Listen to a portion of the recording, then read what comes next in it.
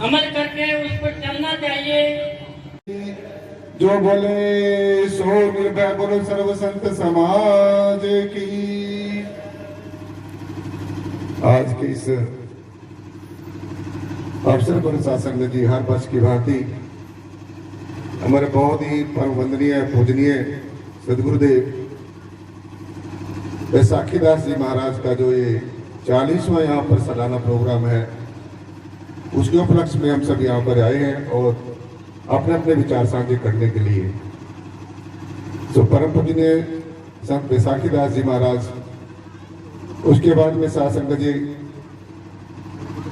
सदगुरुदेव फकीरदास जी महाराज ने इस समाज की बहुत सेवा की और आप देख रहे हैं कि कितनी उन्होंने आध्यात्मिक जागृति की।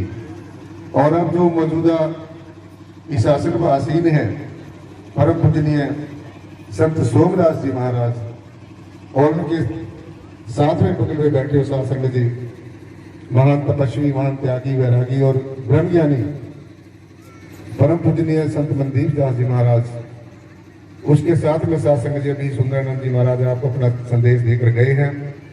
और आज हमारे बीच में अपने बहुत ही आदर और सम्मान के योग मंजीत नोटियाल जी, वो भी शासन जी हमारे बीच में आए हैं।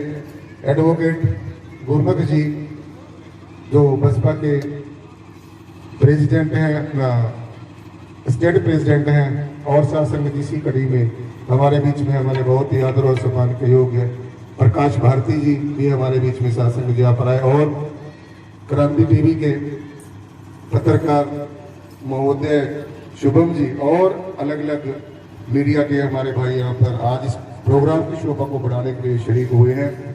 सो और ज्यादा समय नहीं है, मैंने 2-4 बातें आपके बीच में रखनी है जो हमारे लिए बहुत ही जरूरी है, बहुत ही ज्यादा जरूरी है। सो बाबा साहब डॉक्टर भीमराव अम्बेडकर जी को, परम पूजनीय सदगुरुदेव गुरु रविदास जी महाराज को, अपने आज के संतों को नतमस्तक होते हुए सासंग जी, सिर्फ 2-4 ही बातें हमारे जीवन में ऐसी हैं जो बहुत ही इंपॉर्टेंट है अध्यात्म जगत में, आध्यात्मिक मार्ग में सफल होने के लिए। मैं समझता हूं कि हमारे परम पूजनीय वंदनीय सदगुरुदेव गुरु रविदास जी महाराज की जो पावन वाणी है, वो हम सब के लिए, समूची मानवता के लिए एक प्रेरणा का सोच है, एक प्रेरणादायक वाणी है और बहुत ही सहज और जिसमें बहुत ठीक बातें बताई है। तो गुरु जी ने सीधा सीधा हमें परमेश्वर के बारे में बताया कि परमात्मा क्या होता है, क्या पहचान होती है, कैसे हम पहचान सकते हैं, होता भी या नहीं भी होता है। तो ये सारी जो बातें हैं ये गुरु जी ने बड़े स्पष्ट तौर से साथ संगत जी क्या कहते हैं क्लियर की है, साफ तौर से बताया, खुल कर बताया है। तो मैं सीधी सीधी अपनी बात बताना चाहूंगा कि जो परम तत्व है, परमात्मा है, ब्रह्म है, निर्गुण है, निराकार है, सर्वाधार है, विश्वाधार है, जिसको हम अनेकों नामों से पुकार रहे हैं, अनेकों पूजनों से, पद्धतियों से खुश करने की कोशिश कर रहे हैं।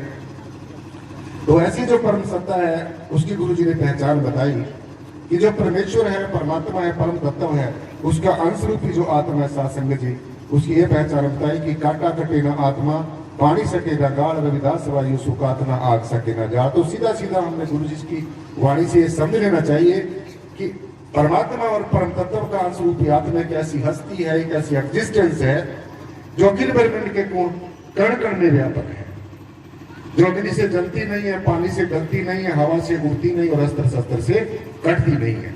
अगर तुम हमें ऐसी शक्ति का साक्षात्कार हो जाता है, दर्शन दीदार हो जाता है और अपने अंश होने का एहसास हो जाता है, तो हम सब कह सकते हैं कि हम परमेश्वर के हैं, परमेश्वर हमारा है। अदरवाइज अनेकों मान्यताएं, अनेकों कल्पनाएं, अनेकों तौर तरीके इंसान ने परमेश्वर को खुश करने के लिए अपनाए हुए हैं। सो गुरु जी ने ब्रह्म के बारे में, परम तत्व के बारे में, परमात्मा के बारे में जो ऐसी हस्ती है, एक ऐसी एग्जिस्टेंस है जो हर जगह एग्जिस्ट कर रही है, उसके बारे में सीधा सीधा सारी मानवता को एक संदेश दिया है। और वो कहा है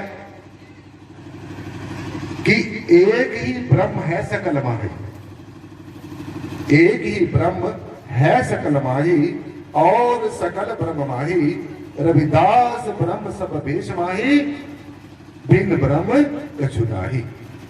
तो सीधी सी बात, जो ब्रह्म है, परतत्व है, हम अब अनेकों नामों से पुकार रहे हैं।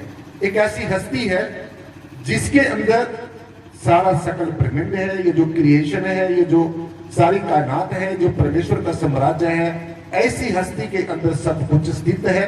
इसी ब्रह्म से सब कुछ पैदा होता है, इसी के अंदर स्थित होता है और अंततः ब्रह्म के अंदर ही समा जाता है।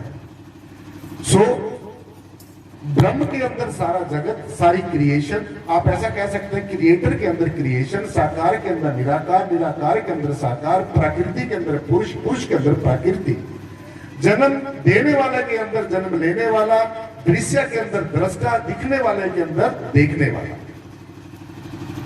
रविदास ब्रह्म सब भेष माही, बिन ब्रह्म कछु नाही। और जिसके बिना कुछ भी नहीं है, तो परमेश्वर के बिना, ब्रह्म के बिना कुछ भी नहीं है, और ब्रह्म के होने से ही सब कुछ है, और ब्रह्म के होने से इस परम निर्गुणाकार सर्वाधार विश्वाधार परम तत्व के होने से ही सब कुछ है। गुरु जी हमें सीधा सीधा कह रहे हैं कि ब्रह्म के बिना कुछ नहीं है, परम तत्व के बिना कुछ नहीं है, परमेश्वर के बिना कुछ नहीं है। परमेश्वर के और परमेश्वर के अंश रूपी आत्मा के सहारे हम बोल रहे हैं, देख रहे हैं, मनन कर रहे हैं, चिंतन कर रहे हैं। सब कुछ हमारे शरीर के जितने भी ऑर्गन्स हैं, जितने भी हमारे शरीर के अंग और प्रत्यंग है, सारे काम कर रहे हैं। तो इनके पीछे, सबके पीछे इसको सक्रिय करने का, इसको फोकस करने का, इसको एनलाइटन करने का, और इसको शक्ति देने का, चेतना देने के पीछे एक ही परम तत्व का हाथ है। तो इसलिए परमात्मा और परमात्मा का अंश रूपी आत्मा कोई 10, 20, 100, 50 नहीं है। बेशक हमने अपनी कल्पनाओं से उनको कुछ भी गढ़ लिया, कैसा बना लिया, कैसा कुछ हम करते हैं। सो आज हम सब के लिए ये सवाल है साथ संगति, क्या जो गुरु जी ने हमें संदेश दिया है उसकी तरफ हमारा कितना रुझान है? क्या हम गुरु जी के संदेश को छोड़कर हमने कोई अपना कोई और रास्ता तो नहीं अख्तियार कर लिया? सो मैं सीधा सीधा आपको बताना चाहूंगा कि आज बहुत ऐसी मान्यताएं हो गई हैं, बहुत ऐसी रूढ़िवादिताएं हो गई हैं, बहुत ऐसे फैशन हो गए हैं भक्ति मार्ग में कि आज जीव भौतिकवाद की तरफ, पदार्थवाद की तरफ, मूल मान्यताओं की तरफ ज्यादा उलझता जा रहा है, जिसमें से गुरुदेव हमारे संत महापुरुष निकाल कर समाज को लाए थे। तो आज हमने सचेत होना है साथ संगत जी, और गुरु जी की वाणी के ऊपर फूल चढ़ाने हैं। क्या मथुरा, क्या द्वारका, क्या काशी हरिद्वार, रविदास को जो दिल अपना तो अंतर मिले दिलदार। तो इसलिए सेक्रेटरी साहब हमारे केड़वा साहब जी मेरी तरफ देख रहे, बस एक बात मैंने कहनी है, मुझे पता है समय का अभाव है। सो जब भी मिला है, जब भी मिलेगा, पहले मिला जिसको, अब मिला है, आगे मिलेगा, तो परमेश्वर अपने अंश जान कर ही मिलेगा, अपने अंतर्मुखी होकर ही मिलेगा, बाहरमुखी होकर नहीं मिलेगा। ना किसी को मिला है, ना मिल सकता है, क्योंकि बाहर सारा कुछ पसारा है और इसका बीज हम सबके अंदर है। सो बाहरमुखी मान्यताओं को छोड़कर, बेकार के निरर्थक बहसबाजी को छोड़कर, विराकार के निरर्थक रीति रिवाजों को छोड़कर, बेकार की मूढ़ मान्यताओं, परंपराओं को छोड़कर आओ सबने अंतर्मुखी होने की आज यहाँ से प्रेरणा लेके जानी है। परमेश्वर को पहले जानना है, पहचानना है, पहले खुली आंखों से पहचान करनी है, फिर अंतर्मुखी होकर ध्यान करना है, फिर परमेश्वर तुम्हारा होगा, आप परमेश्वर के होगे, और हम जीते जी परमेश्वर की साम्राज्य में प्रवेश करने के साथ में हासिल हो जाएंगे, मोक्ष मुक्ति के अधिकारी जो में हमारा जीवन कृत्य हो जाएगा, मंगलमय हो जाएगा, ज्ञानमय हो जाएगा।